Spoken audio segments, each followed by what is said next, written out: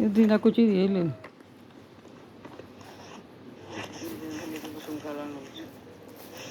Vedeți viață.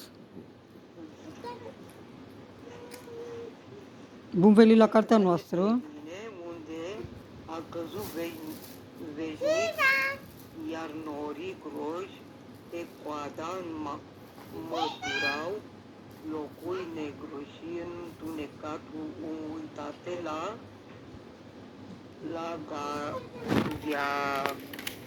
gheaia de piatră, acum zboară viașit și pietre. Trei picături care o opresc să geme pe obraz, dintr-o dată îi tulbura gândurile, culoarea înstelată a sionului, tibia, diamant, ca mașini, un tablou pe care ei credeau o fi minciună. Apoi se întoarce peste tot cerul, Elena pide barbulionero separat de lui. se roage cu Lasă pasați pasul, să vezi ce e ăla. ardoare, Să da fai și la ăla. o fică albă ca cerul să fie trandafirie, să o arate și să aibă tot părul negru în grădină, să o întindă, să o vadă așa cum a Mănâncă mâncare. fericit. Da. Elena! Chiquita! Chiquita! Elena, Elia, ia bași mașină. Elia, zis-mi, Elena.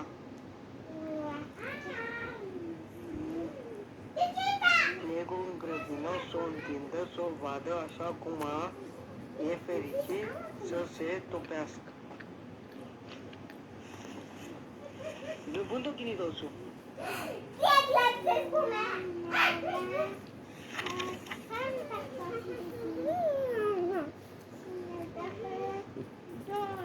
Câte de Elena.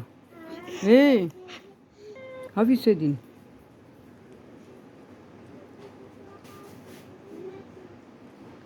Dar v-ați Elena, drag.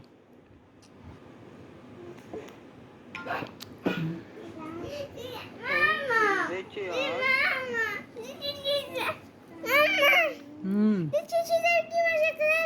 în 10 luni a făcut din fică care studia o albă cu păr negru și o fată verde. În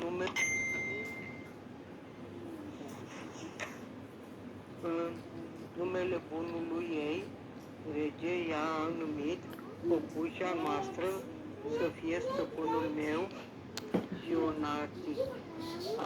Alba ca zăpada au trecut, Alba ca zăpada este. mama este pe moarte, iar Alba ca zăpada este orfană și îi mai rămâne mulți copii înainte să treacă un an în curtea regelui. Altul intră în partea giunului și îl uită pe cel vechi.